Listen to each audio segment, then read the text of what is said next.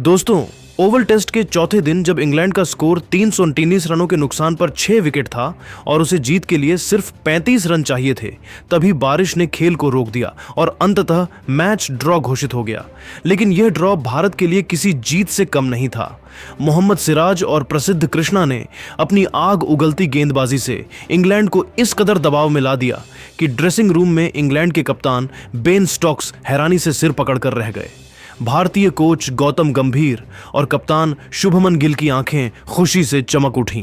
सिराज और कृष्णा ने इंग्लैंड के सितारों से सजे बल्लेबाजी क्रम को बैकफुट पर धकेल दिया और क्रिकेट दिग्गजों का मानना है कि अगर 5वां दिन होता तो सिराज और Krishna Chris Woakes, Gus Atkinson और जोश टंग को आउट करके भारत को जीत दिला देते।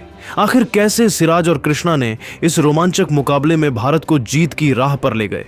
तो चलिए दोस्तों, इस घमासान भरे दिन की पूरी कहानी सुनाते हैं और दिखाते हैं सिराज कृष्णा की उस जादुई गेंदबाजी का कमाल जिसने इंग्लैंड को हक्का बक्का कर दिया। लेकिन उससे पहले आप क्या सोचते हैं, सिराज और बुमराह में कौन है सबसे खतरनाक तेज गेंदबाज? अपनी राय नीचे कमेंट में जरूर बताइएगा।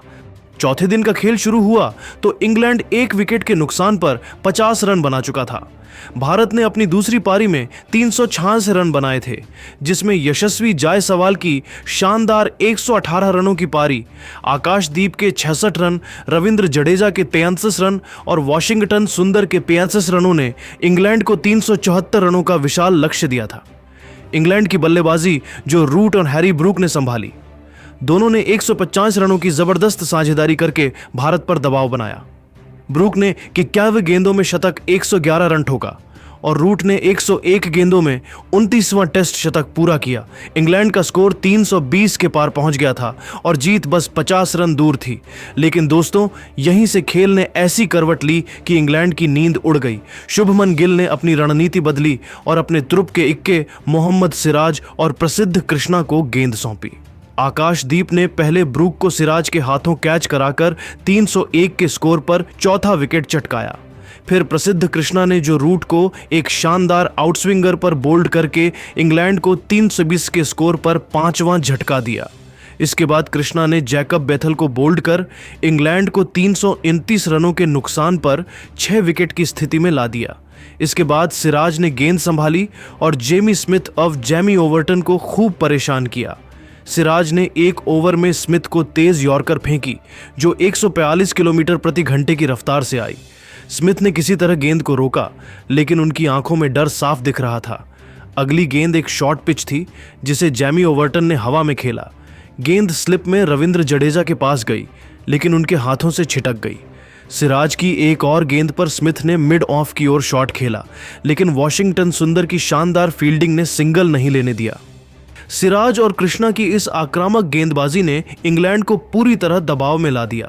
तभी बारिश ने खेल को रोक दिया और इंग्लैंड का स्कोर 329 रनों के नुकसान पर 6 विकेट पर अटक गया। अंततः बारिश के कारण मैच ड्रॉ घोषित हो गया। लेकिन दोस्तों, यह ड्रॉ भारत के लिए किसी जीत से कम नहीं था। सिराज और कृष्णा ने इंग्लैंड को 329 रनों के नुकसान पर 6 विकेट तक लाकर भारत को ड्राइविंग सीट पर बिठा दिया था।